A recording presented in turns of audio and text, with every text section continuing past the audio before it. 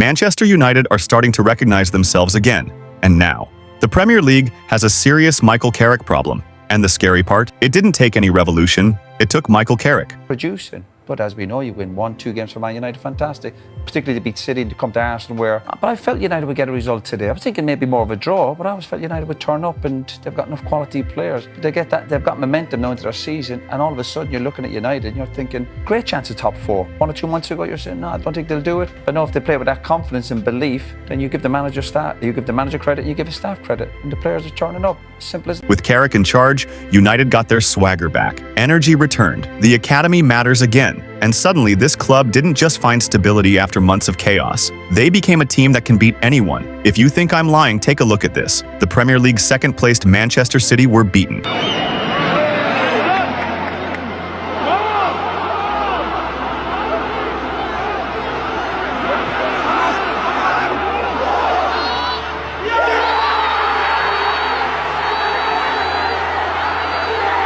Impressively, United went even further and destroyed the league leaders without mercy.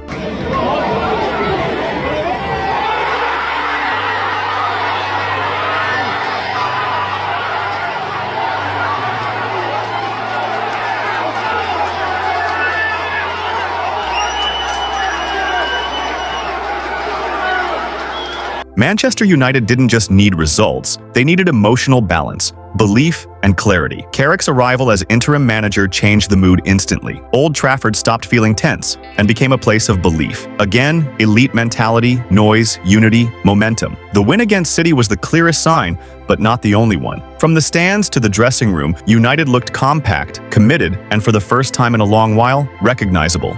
Carrick didn't sell dreams, he didn't promise magic or immediate turnaround. You're making being the Manchester United manager look very easy. How proud were you of that performance? Yeah, massively proud. I think it was different to last week. 2 very different games. He only promised order, and for a club exhausted by uncertainty, that was everything. On the pitch, in Carrick's first 2 matches, the signs were obvious. Defensive solidity, midfield aggression, and fast direct transitions. Players like Harry Maguire, Lisandro Martinez, Casemiro, and young once under-fire Kobbie Mainoo held the structure together against Manchester City and Arsenal. And Mainoo starting again wasn't random. It was a message. Youth matters again. The academy has a future. Merit is back. The kid answered with personality, composure, and bravery, proof that United's talent pipeline isn't broken. It was ignored. This is just a taste of Michael Carrick's first project.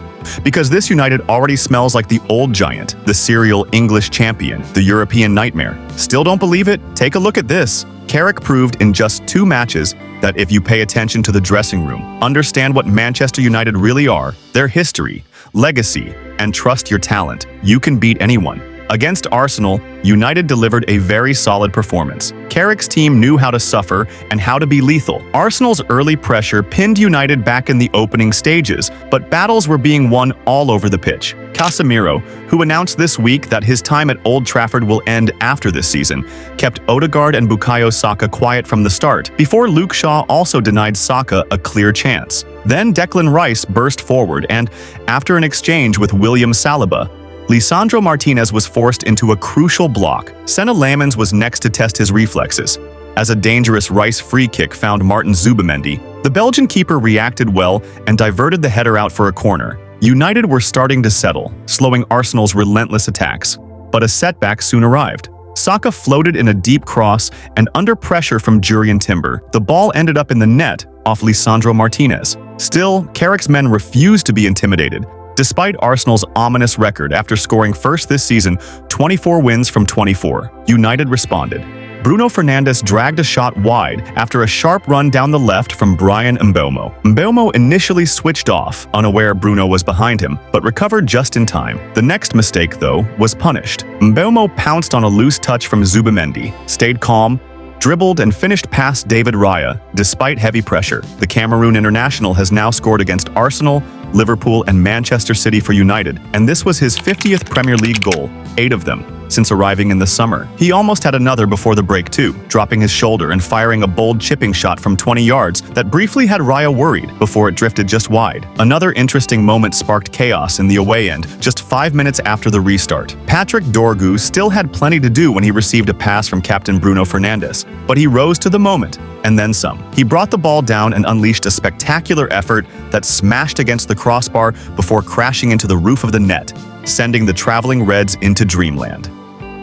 Mikel Arteta looked stunned, and a quadruple substitution followed as Ben White, Victor Gyökeres, Eberechi Eze, and Mikel Merino were sent on. The home crowd grew increasingly worried. Despite the fact the league leaders had been unbeaten in all competitions at the Emirates this season and had suffered only 2 defeats overall anywhere, Brian Mbeumo was replaced by Matheus Cunha to warm applause from the 3,000 United fans in attendance, while huge concern followed as Dorgu limped off, clutching his hamstring, with Benjamin Sesko coming on.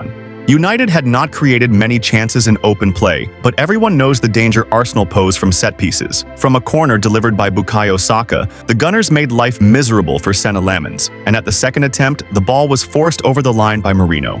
Despite Sesko's desperate goal line clearance, a sucker punch, on another day maybe, but United still had one of their own to land, and while the home fans dreamed of a winner, Cunha had other plans. Driving straight at the Arsenal defense, he unleashed a thunderous strike from outside the box that flew past David Raya, sealing another dramatic twist and securing 3 huge points under Carrick. Michael Carrick is proving that Manchester United DNA is not a myth. 5 games in charge as interim manager, a 2-0 win versus Villarreal,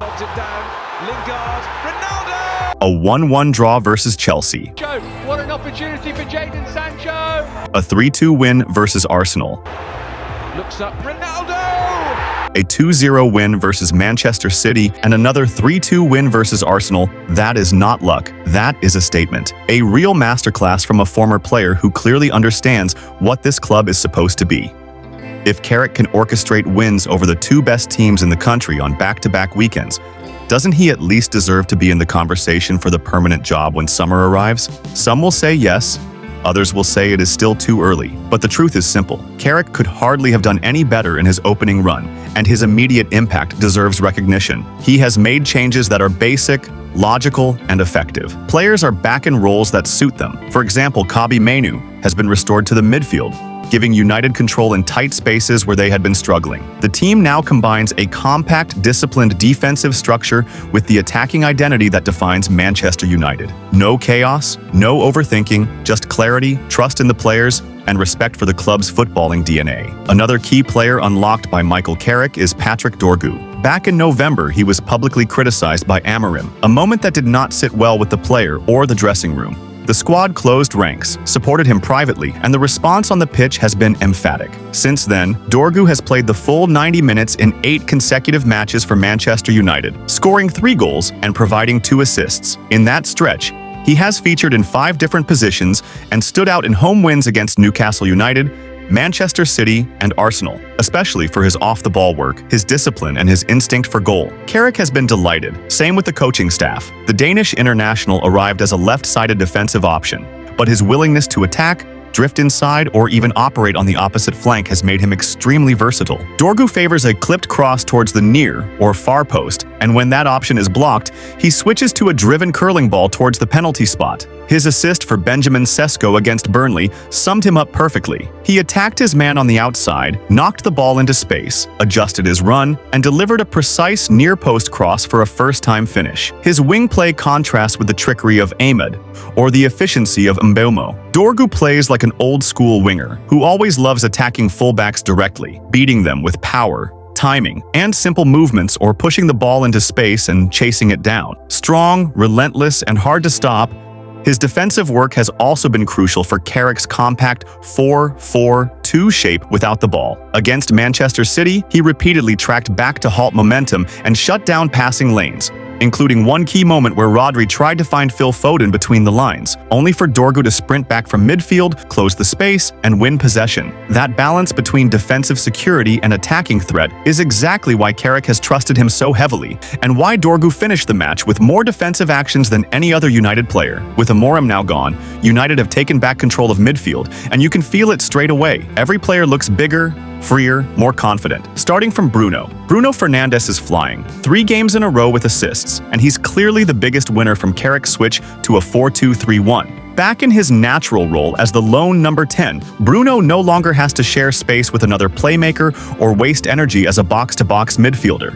Now he plays on instinct. He drifts between the lines, finds pockets, and leads early passes that split defenses before they're set. His positioning, especially alongside Brian Mbeumo, was crucial against City as United outplayed them in central areas with intelligence rather than numbers. It says everything that Bruno became the first player to create 6 chances and register an assist in a Premier League match against Pep City. He now leads the league with 10 assists.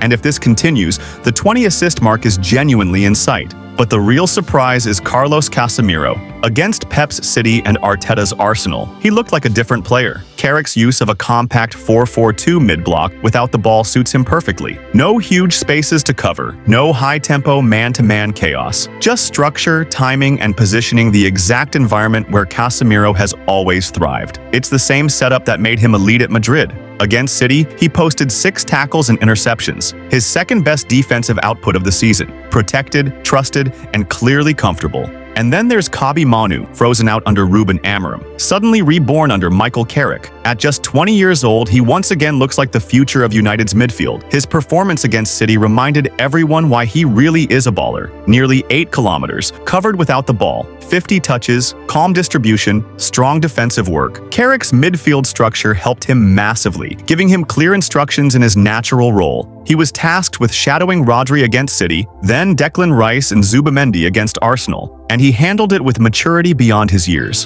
When pulled out of position, United's wide players tucked in to support Casemiro. Suddenly, Mainoo wasn't exposed. He was dominant. Against Arsenal, he ran the show and sealed it with the decisive moment, winning a loose ball and slipping a perfectly weighted pass for Kuna's winner. His numbers were ridiculous. Perfect long ball accuracy, high pass completion, multiple recoveries, chances created, and an assist. United's midfield isn't just surviving anymore, it's controlling games again. And when United is in control of the midfield, everything changes. Michael Carrick's impact hasn't stopped in midfield. He has clearly fixed the defense too. And that matters just as much. There's something timeless about a classic center-back pairing one aggressive left-foot defender next to a bigger, aerially dominant leader. Lisandro Martinez and Harry Maguire fit that profile perfectly, and under Carrick, it finally makes sense again. Harry Maguire in particular has been outstanding, with simplified instructions, a slightly deeper defensive line, and a familiar 4-2-3-1 shape. He looks comfortable, calm, and authoritative. This setup plays to his strengths as an old-school center-back who reads danger early and dominates his zone. Against Manchester City, he guided Erling Haaland out of the game completely.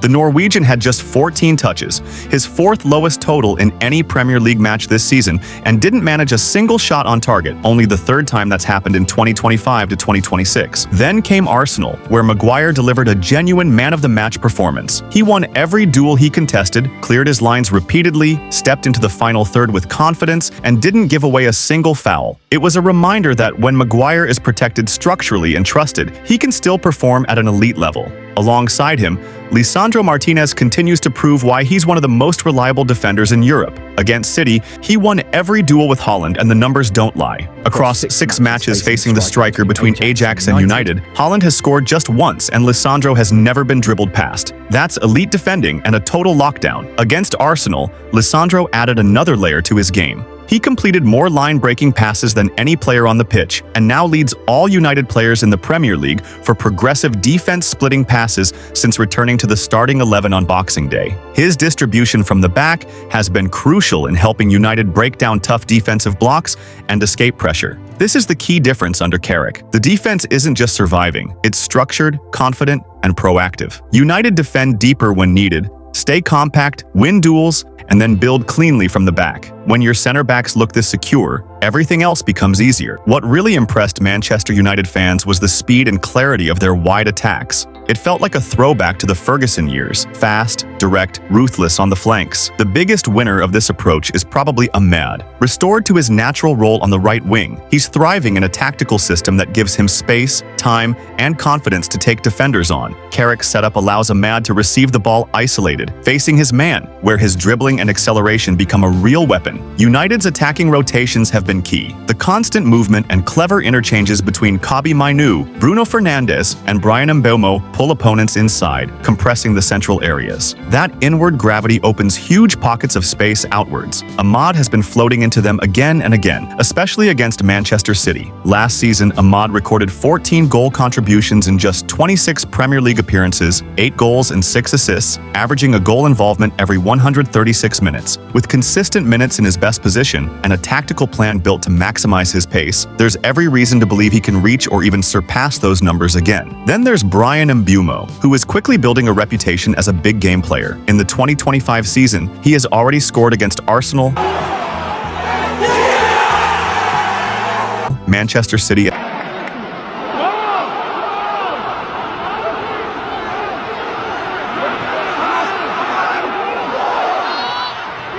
and Liverpool.